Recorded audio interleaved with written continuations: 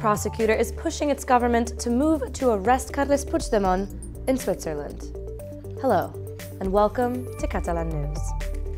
Spain's Attorney General has asked Mariano Rajoy's government to work together with the Swiss authorities and Interpol to detain the deposed Catalan president. It also urged the judge investigating the case to take action to restrict his mobility within Europe.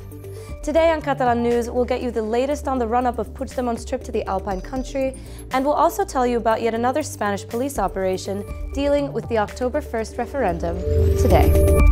In the past few days, the Swiss authorities have been saying that there would be no extradition of investigated pro-independence leaders if it were for political reasons. And today, a spokesperson for the Office of Justice insisted that there is no legal basis for such a measure, because there is no extradition order. But the Spanish prosecutor is trying to force that the current situation change. Carles Puigdemont risks jail if he goes ahead, yet again. The Spanish prosecutor wants to see Carles Puigdemont behind bars immediately. The legal authorities said some days ago that it would not ask for extradition of any investigated pro-independence official abroad until they are prosecuted. Yet today, it changed its mind. Ahead of Puigdemont's trip to Switzerland on Sunday, Spain's Attorney General asked Mariano Rajoy's government to seek his arrest in Switzerland by working together with Interpol and the Swiss authorities. The United Nations is hosting the 37th edition of its Council for Human Rights these days, and in several side events, the situation in Spain will be discussed. One debate, named Human Rights Regression in Spain, will feature the wife of a jailed official, among others. At another, the deposed Catalan minister Meritxell Serret will speak, along with another wife of an incarcerated leader. It will be the first time that the UN headquarters host events tackling the Catalan case. Carles Puigdemont will take part in two other debates on self-determination, one during a film festival on human rights and the other at an academic event. He's likely to meet Ana Gabriel there, the former far-left CUP MP, who moved to Geneva a month ago, also seeking refuge from the Spanish justice. Puigdemont, Serret and Gabriel risk arrest if the prosecutor's plans are successful. The Swiss authorities said today that right now there is no legal basis to arrest the Catalan officials.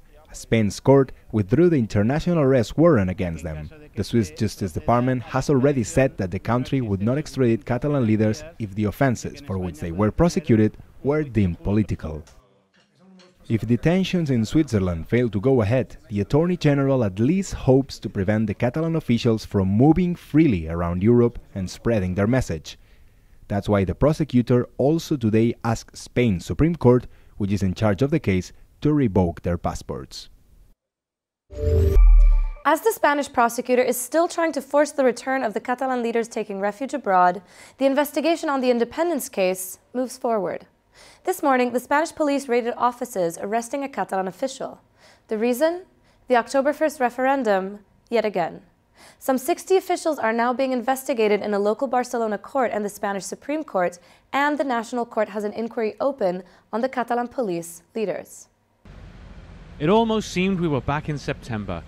The Spanish police today raided Catalan government buildings, as well as the headquarters of a pro-independence organisation, and also arrested a high-ranking official, all part of an ongoing investigation into last October's independence referendum. The operation started early in the morning in the home of Antoni Molons, the Catalan Secretary for Citizenship and Public Information. He was arrested and later brought to his office by the police to continue with the raid. Molons is under investigation for his role in the advertising campaign calling on people to vote in the referendum, which was deemed illegal by Spain. He was released later in the day. In a parallel operation, the Spanish police raided the headquarters of Òmnium Cultural, one of the main pro-independence grassroots organisations in Catalonia. The officers blocked all email accounts and gathered information relating to Òmnium's finances.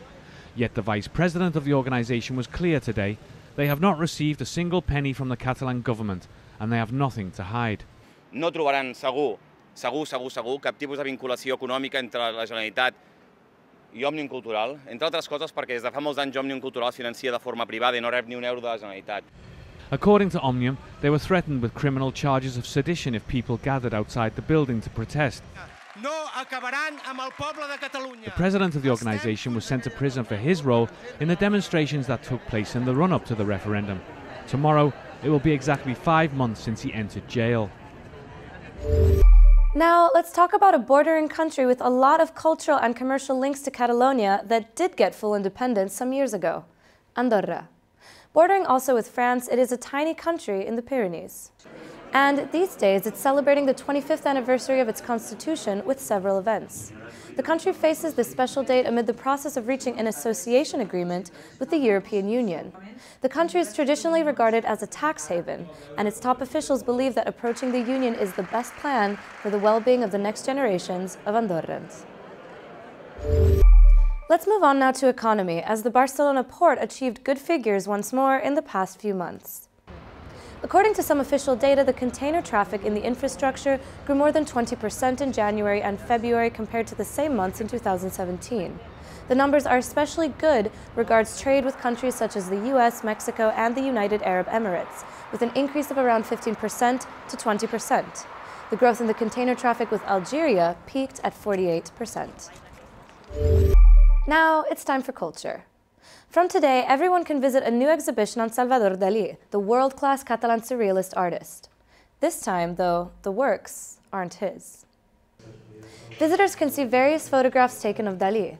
The peculiarity is that all of them were taken by women. The exhibit is on display in the castle of Púbol, not very far from Dalí's hometown, Figueras. He was a marquis of this town, and the castle where the exhibit is held was a present he gave to Gala, his wife and muse. She is also the author of some of the images on display. Aquesta vegada volem aprofitar per reivindicar una mica el paper de Gala també com a dona creativa que vol passar desapercebuda però que té una influència molt important en Salvador Dalí i que d'alguna manera té com ànima de documentalista. And we leave you today with some images of the final rehearsals of some artists ahead of a unique concert this Saturday in Organyà in the Pyrenees.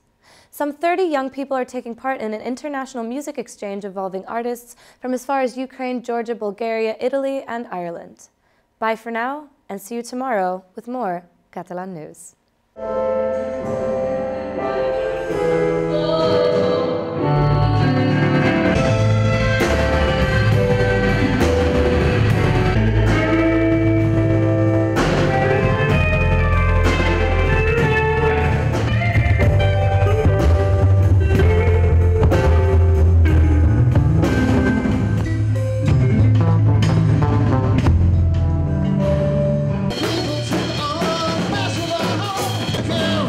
Your soul.